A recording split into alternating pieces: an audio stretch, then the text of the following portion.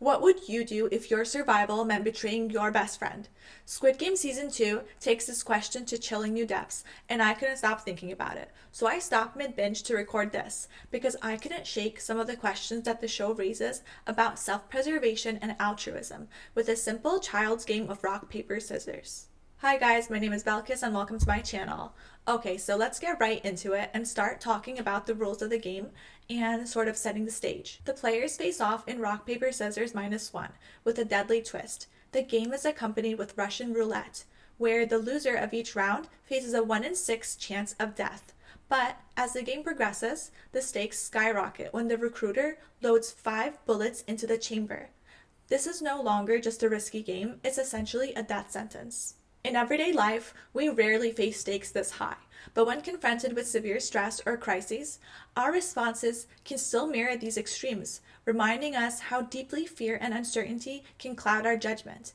Can you imagine the psychological toll of knowing every move you make could be your last? Now, let's talk about the players. These two aren't strangers, they're close friends. One even officiated the other's wedding, so their history makes the game deeply personal, but even though their bond is deep, the stakes of the game are deadly.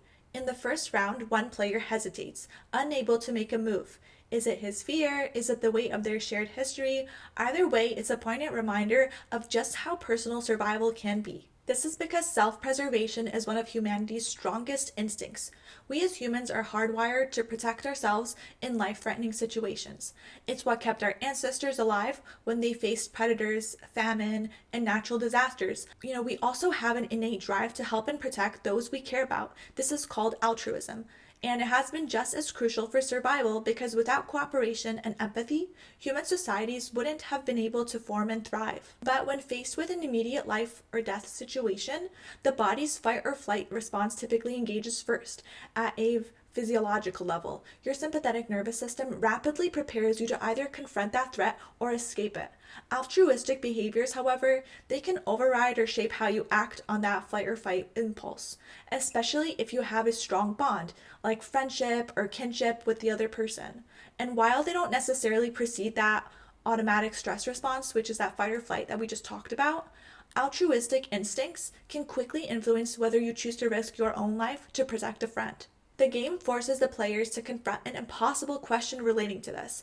Do you prioritize your own survival, even if it means betraying someone that you care about, or do you risk your life for the sake of someone else?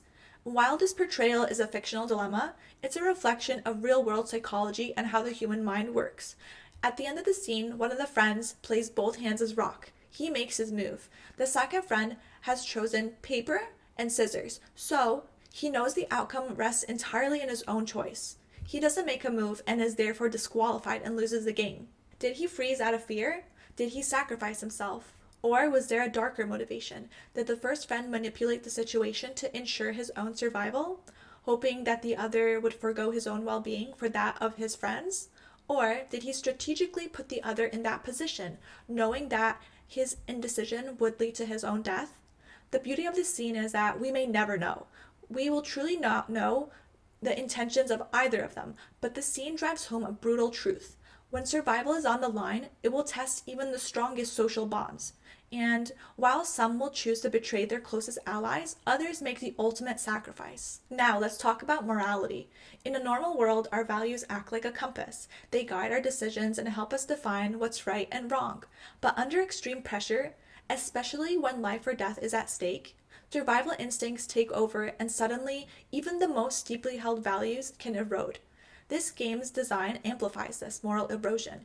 It pits friends against each other, forcing them to make impossible choices, and it's easy to judge these characters from the outside, but the fear of death changes everything. Betraying a friend, to survive, are they a bad person? Is this immoral, or is it just human? It blurs the line between black and white. It's gray, it's messy, it's deeply personal, and it leaves you questioning whether morality is a luxury that you can only afford when survival isn't on the table. We see how morality becomes fluid when survival is on the line. Loyalty, love, honor, these are ideals that guide us in everyday life. But when life itself hangs in the balance, what happens to those values?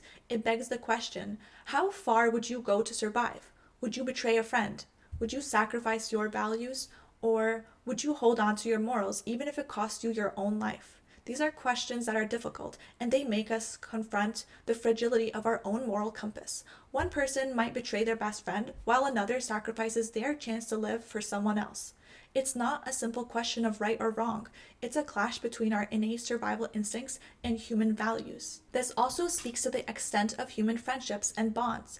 They're built on trust, love, shared history, but when survival is on the line, those bonds are put to the ultimate test, where they can either be solidified or broken. The game exposes how deep the connection goes, the willingness to risk everything for the other, but also the vulnerability that comes with having to rely on someone else in the most extreme way. And it speaks to the darker aspects of human nature, where manipulation, self-interest, and moral ambiguity come into play. This uncertainty adds a layer of psychological complexity. In our everyday lives, it forces us to reflect and ask, how well do we really know the people that we trust? Are they capable of prioritizing your well-being over their own? Because by putting your life in their hands, you're essentially exposing yourself to their flaws, to their fears, to their potential for betrayal. You're vulnerable to their weaknesses as well as their strengths. If they're driven by self-interest, you may find yourself abandoned or betrayed at your worst possible moment. At the same time, and perhaps most chillingly, would you do the same for them? Which makes you confront parts of yourself that you might not even have known existed, parts that make you question who you are as a person. Finally, let's address the psychological aftermath, the moral injury that arises when people feel they have violated their own ethical boundaries, their core moral beliefs. It can alter a person's self-identity and lead to deep internal conflict like guilt or shame or regret. These are feelings that weigh heavily and can linger long after the crisis has passed. Often we see this occur in soldiers during wartime facing harsh decisions, like survival at the cost of a friend. Whether it's deliberate or not, in real-world situations, the choice can be between two equally painful options, and survival can have heavy emotional costs, leading to scars that can't easily be erased, especially when it involves someone close to us, like a friend.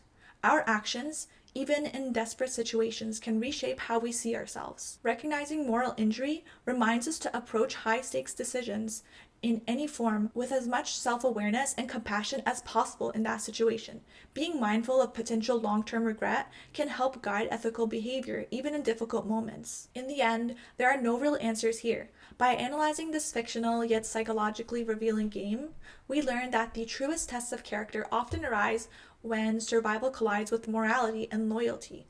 These lessons about fear, trust, and the limits of our values can help us navigate our own ethical crossroads, even if the stakes in everyday life aren't quite so life and death. This is what makes watching Squid Game so compelling. It forces us to question how far we would go to preserve our own lives, and whether the cost of survival is worth that emotional and psychological scars that we might carry forever. It also leaves us to grapple with the uncomfortable truth that human relationships, as beautiful as they can also be messy, flawed, and even cruel when pushed to the brink. I'll leave you with this question. Although it doesn't really hold the same stakes, if you were in their shoes, would you prioritize your own survival or that of someone that you love and care about? Let me know in the comments below. Thank you so much for listening. If you enjoyed this video, please give it a thumbs up and subscribe for more, and I'll see you in my next one. Bye!